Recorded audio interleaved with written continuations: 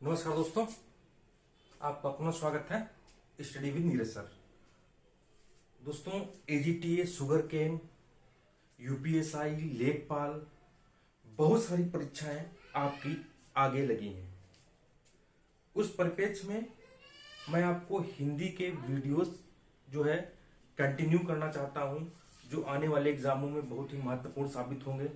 खासकर जो अभी 2200 वैकेंसी आ रही हैं एजीटीए, शुगर केन की और लेखपाल की, प्लस यूपीएसआई की भी परीक्षा होने वाली है। आज पहला जो टॉपिक हमारा रहेगा वर्णमाला से स्टार्ट होगा। पूरे 44 टॉपिक मैं आपको हिंदी का कंप्लीट करा के दूंगा। वर्णमाला से स्टार्ट करेंगे, ठीक है। आपको बताएंगे वर्णमाला में जो है देवनागरी लिपि के अनुसार वर्णमाला में जो है कितने वर्ण होते हैं। 52 वर्ण होते हैं, सबको पता है, लेकिन कौन कौन से वो 52 वर्ण होते हैं वो भी आपको पता होना चाहिए। कैसे कैसे वर्ण होते हैं, देखिए जो ये वर्ण का टॉपिक है ये बहुत ही लॉन्ग है, बहुत लंबा है। इसको कम से कम 3-4 भागों में हम पढ़ाएंगे, 3-4 भागों में। तो आप कंटिन्यू आराम से देखिएगा और समझिएगा, प्लस लिखते भी जाइएगा, ठीक है। सबसे पहले आप हमारे चैनल को सब्सक्राइब करिए, जिससे कि आने वाले समय में आपको नोटिफिकेशन मिले और बहुत अच्छी अच्छी चीजें हमारे चैनल से आपको प्राप्त हो। आइए स्टार्ट करते हैं। वर्णमाला सिंपल पहला टॉपिक है। ये जो है हमारा वर्णमाला पहला टॉपिक है। वर्णों या ध्वनियों के क्रमबद्ध समूह को वर्णमाला कहते हैं। वर्णमाला जो है 52 वर्णमाला में आपके जो है 52 वर्ण होते हैं। वो कौन कौन से 52 वर्ण है पहले हम उनको जो है यहाँ पे गिनेंगे और देखेंगे। देखिए स्वर छोटा आ, अभी इसको हम अलग अलग कैटेगराइज करके आपको बताऊंगा। पहले आप समझ लो कि कौन से वो 52 वर्ण होते हैं, ठीक है। स्वर वर्ण होते हैं छोटा आ, बड़ा, छोटी, बड़ी, छोटा ओ, बड़ा ओ, री, ए, आई, ओ, आओ। ये देखिए कितने हैं, ये टोटल वर्ण है कितने, 11। कितने हैं, 11, ठीक है। इसको थोड़ा ऐसे लिखता हूं जिससे कि और भी अभी काम पड़ेगा, 11, ठीक। आगे देखिए, एक अनुस्वार होता है अंग, एक विसर्ग होता है आ। ये टोटल हो गए हमारे 2।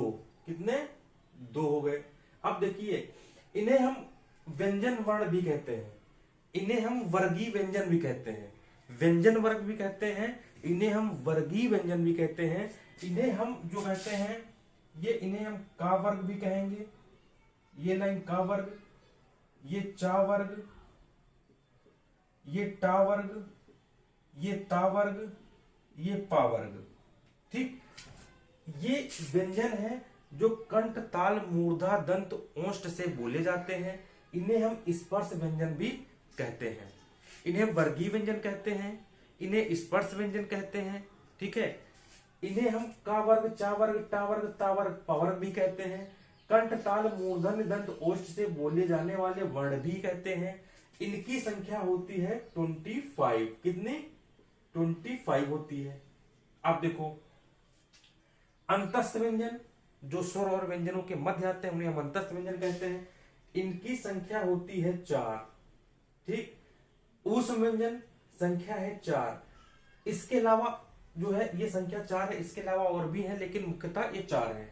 संयुक्त वर्ण व्यंजन ये है 4, इसके अलावा और भी हैं लेकिन मुख्यतः है ये। और द्विगुण वर्ण होते हैं 2।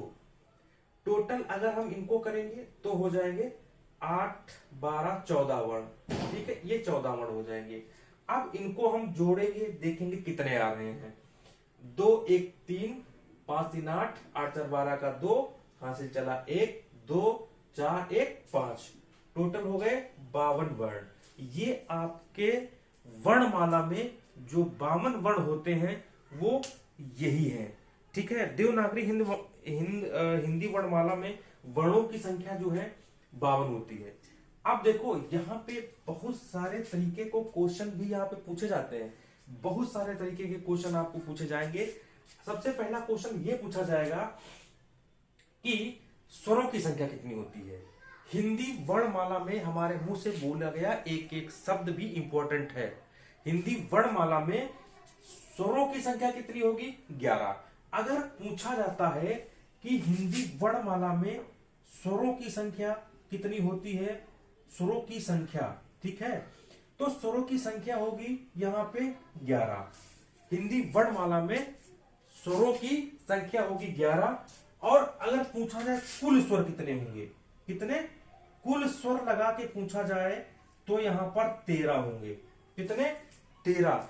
उन कुल स्वरों में दो ये भी जो है आ जाते हैं।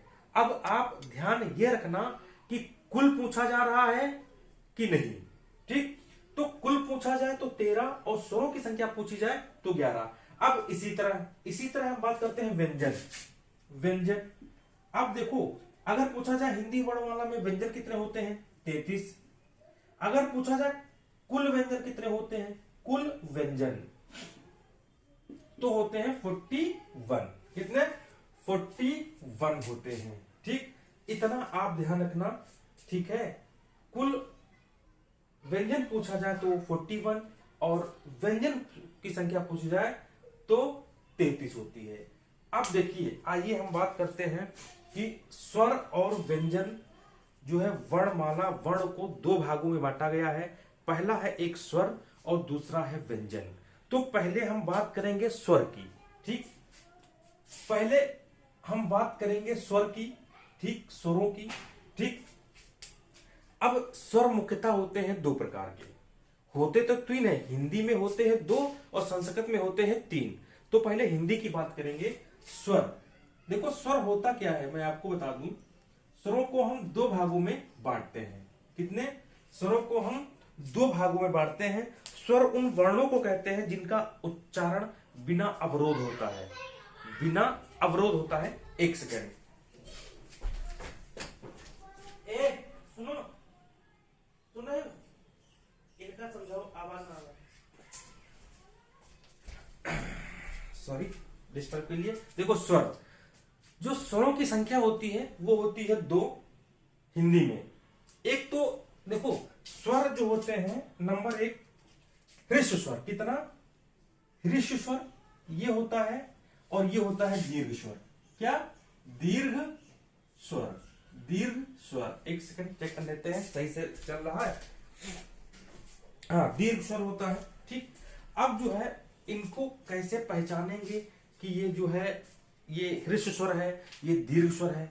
बहुत आसानी से आप लोग बस सुनते जाइएगा। ह्रस्व स्वर क्या कहते हैं? देखो, जिनको बोलने में, क्या? जिनको बोलने में कम समय लगता है। कितना कम समय लगता है? कम समय लगता है, उन्हें कहते हैं ह्रस्व स्वर। भाई अगर हम कहेंगे आ इ उ री, कम समय लगा। जैसे हमने कहा आ इ उ और री। ठीक, अगर हम कहेंगे बड़ा आ, बड़ी ई, बड़ा उ, छोटा ए, तो इसमें समय ज्यादा लगा कि नहीं?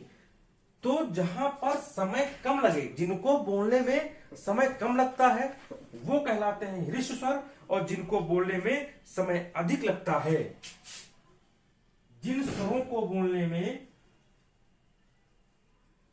जिन स्वरों को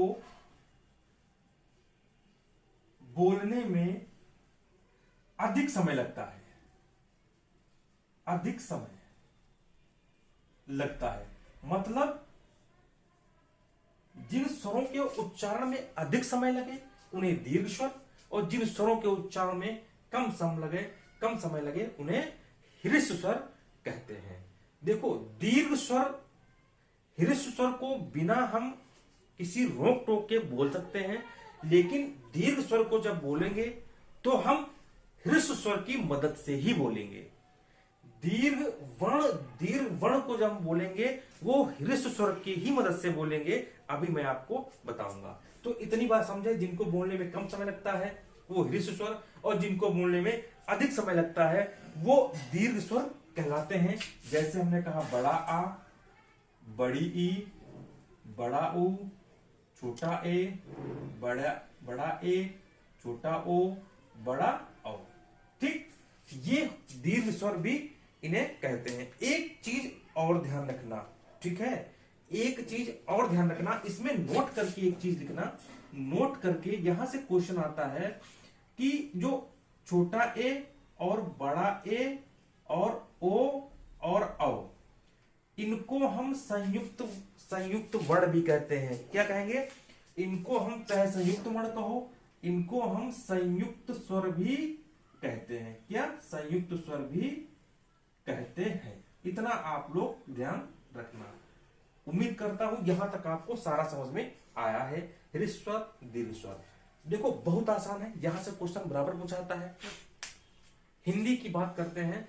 हिंदी में स्वर दो प्रकार के होते हैं, और एक जो तीसरा प्रकार है वो जो संस्कृत में है उसको बोलते हैं प्लुप्त स्वर। देख लो यहाँ पे, देखो स्वर दो प्रकार के हिंदी में होते हैं, ह्रस्व और दीर्घ स्वर। तीन प्रकार के स्वर जो है संस्कृत में होते हैं, वो हिंदी में नहीं है लेकिन हम उसको बता देते हैं। नंबर 3 पे जो आएगा वो आएगा प्लुप्त स्वर। क्या? प्लुप्त स्वर। अब देखो प्लुप्त स्वर क्या होता है, अभी हमने एक मात्रा पढ़ा, यहां पर दो मात्रा पढ़ा, जिसमें दो मात्रा लगे वो दीर्घ स्वर, जिसमें एक मात्रा लगे वो आपका ह्रस्व स्वर। अब प्लुप्त स्वर में, प्लुप्त स्वर जिनमें तीन मात्रा लगती है, जिनमें तीन मात्राएं लगती हैं। अब देखो लगती हैं तीन मात्राएं, जैसे हमने कहा ओम, ओम, देखो तीन मात्रा जिसमें लगेंगी वो आपको कौन आएगा? प्लुप्त स्वर। ठीक है, जिसके उच्चारण में तिगुना समय लगता है। अब जैसे देखो ये प्लुप्त स्वर में क्या होता है, जैसे गांव देहात में, जिससे मैं आपको बता दूं प्लुप्त स्वर का प्रयोग गांव देहात के लोग ज्यादा करते हैं, गांव देहात के लोग ज्यादा करते हैं। जैसे मैं आपको बता दी कि मान लीजिए किसी गांव में घर यहाँ है और उसका जो है और एक दूसरा घर वहां है, तो यहां से चिल्लाते हैं अरे रमेश हो, ये जब खींचते हैं, जब शब्द को खींचते हैं रमेश हो यहाँ आ जाओ, जब खींचेंगे तो समझ लो उच्चारण में तीन मात्राएं लग रही हैं बस, और इसमें ज्यादा कुछ नहीं है। अब ये स्वर हो गया। अब हम बात करेंगे व्यंजन की। देखो व्यंजन बहुत इंपॉर्टेंट है। ठीक है, व्यंजन यहां पर हम बात करेंगे व्यंजन की। ठीक है, अब व्यंजन क्या होता है? ठीक है, अभी हमने कहा जो स्वर है उसको बिना रोक टोक के हम बोल सकते हैं, लेकिन व्यंजन को हम जो है स्वर की सहायता से बोलते हैं। किसको? स्वर की सहायता से हम व्यंजन को बोलते हैं। अब देखिए व्यंजन को तीन भागों में बांटा गया है, बहुत इंपॉर्टेंट है। व्यंजन को तीन भागों में बांटा गया है, इसको भी देख लो कौन कौन से भाग हैं, बहुत इंपॉर्टेंट है। व्यंजन, व्यंजन को तीन भागों में बांटा गया है। ठीक, कौन कौन से व्यंजन है आपको पता है? पहला है स्पर्श व्यंजन। क्या? स्पर्श व्यंजन। और दूसरा है आपका अंतस्थ व्यंजन, अंतस्थ व्यंजन। और जो तीसरा है वो है ऊष्म व्यंजन। क्या? ऊष्म व्यंजन। ये तीन हैं जो व्यंजन को बांटते हैं, तीन भागों में व्यंजन को बांटते हैं, और यहां से क्वेश्चन आने की पूरी पूरी संभावना है। देखिए कोई भी पेपर है उसमें हिंदी आती है तो वर्णमाला से एक या दो क्वेश्चन 100% रहता है, और मैं जितना करा दूंगा उसी से आपका वर्णमाला आएगा। देखिए अब स्पर्श व्यंजन, इसको मैं मिटा करके यहां लिखता हूं 52। ठीक है, अब स्पर्श व्यंजन में क्या आएगा? देखो स्पर्श व्यंजन क्या होता है, ये स्पर्श व्यंजन जो होता है ये विशेष अंगों के द्वारा बोले जाते हैं। कौन से? विशेष अंगों के द्वारा बोले जाते हैं, बोले जाते हैं। अब विशेष अंग कौन से हैं? अब इनको याद करने के लिए देखो एक सिंपल फार्मूला है, कता मुंदौ। कता, कता मुंदौ, कता मुंदौ। अब देखो ये है कंठ, ये है ताल, ये है मूर्धा, ये है दंत, ये है ओष्ठ। मतलब स्पर्श व्यंजन कंठ, ताल, मूर्धा, दंत, ओष्ठ से बोले जाने वाले व्यंजनों को हम स्पर्श व्यंजन बोलते हैं। अब इसमें जो है आपका का, चा, टा, ता, पा, का खा, गा घा, अंगा, चा छा, जा झा, इया, टा ठा, डाढ़ा अड़ा, ताथा दाधा ना, पाफा बा भा मा। ये होते हैं स्पर्श व्यंजन। स्पर्श व्यंजन कुल 25 होते हैं, हमने बताया था यहाँ पे। इनको वर्गीय व्यंजन भी बोलते हैं। अब यहां से क्वेश्चन आपको 100% मिलता है, यहां से क्वेश्चन आपको 100% मिलता है। उससे आप जो है निशा खाती रहिए। देखिए क्या मिलेगा आपको यहां से। सीधे सीधे क्वेश्चन एग्जाम में पूछता है, निम्न में कौन सा वर्ण कंठ के द्वारा नहीं बोला जाता है। भाई अगर आपको कंठ के द्वारा बोला जाने वाले वर्ण पता है तो आपको पता चल जाएगा कौन सा नहीं बोला जाता है। निम्न में कौन सा वर्ण जो है दंत के द्वारा बोला जाता है, 4 दे देगा। एक दंत के द्वारा दे दिया जाएगा, बाकी अन्य के द्वारा दे दिया जाएंगे। उसको आपको अलग करना पड़ेगा। यहां से क्वेश्चन आपको 101% एक क्वेश्चन आपको मिलेगा। दुनिया का कोई भी एग्जाम हो उसमें हिंदी आती हो। ठीक, आगे देखिए। अब देखो कंठ मतलब ये कंठ, ये वाला कंठ। जो वर्ण कंठ की सहायता से बोले जाए उन्हें कंठ। अब देखो क, अब कंठ के ऊपर उंगली रख के बोलो क। अब कंठ के द्वारा आवाज आएगी। अब तालु, तालु जो बीच में होता है वो टच होगा। ये लाइन बोल के देखो तालु टच होगा। चा छा, देखो तालु टच होगा। अब मूर्धा मुंह, मुंह मुंह पूरा खुलेगा। टा ठा, दंत मतलब दांतों पे जो रहेगा। त, अब बोल के खुद देखो दांतों पे जो रहेगा। त था। और ओष्ठ मतलब बिना दोनों ओंठे चिपके बिना, बिना दोनों ओंठे चिपके बिना ये लाइन आप नहीं बोल सकते हैं। ये सोच लीजिए। पा फा, आप बोल के देखिए ना सारी चीजें। तो ये स्पर्श व्यंजन हो गया। अब अंतस्थ व्यंजन क्या होता है? अंतस्थ व्यंजन जो व्यंजन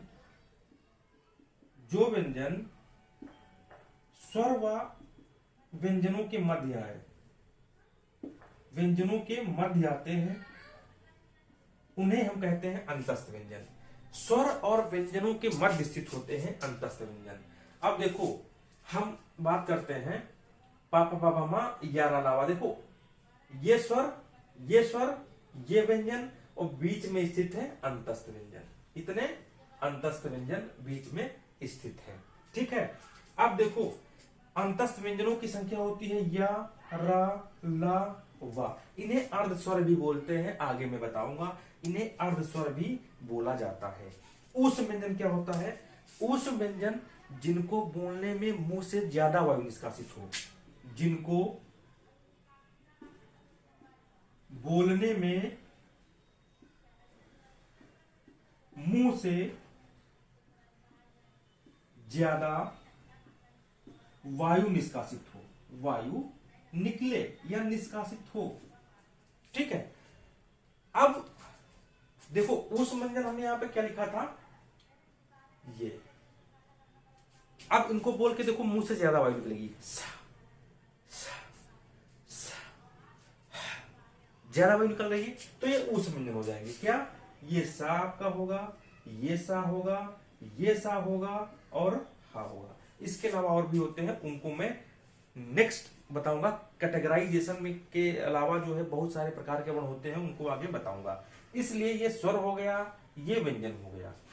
ठीक है। इतनी बात आप समझे होंगे कि नहीं समझे? आप देखो बात करते हैं संयुक्त व्यंजन की। संयुक्त व्यंजन होते हैं 4। इनको भी संयुक्त हम कहते हैं, लेकिन मुख्य रूप से जो ये संयुक्त व्यंजन 4 होते हैं, ठीक है, इनको हम संयुक्त क्यों कहते हैं? संयुक्त मिश्र होता है जो 2 वर्णों की सहायता से मिलकर बनते हैं, उन्हें कहते हैं संयुक्त। जो 2 वर्णों की सहायता से मिलकर बनेंगे उन्हें कहते हैं हम संयुक्त। अब 2 वर्णों की सहायता से मिलकर बनेंगे, इसको मैं थोड़ा डस्ट कर देता हूं। ठीक है, इसको डस्ट कर देता हूं, यहां पे बता देता हूं।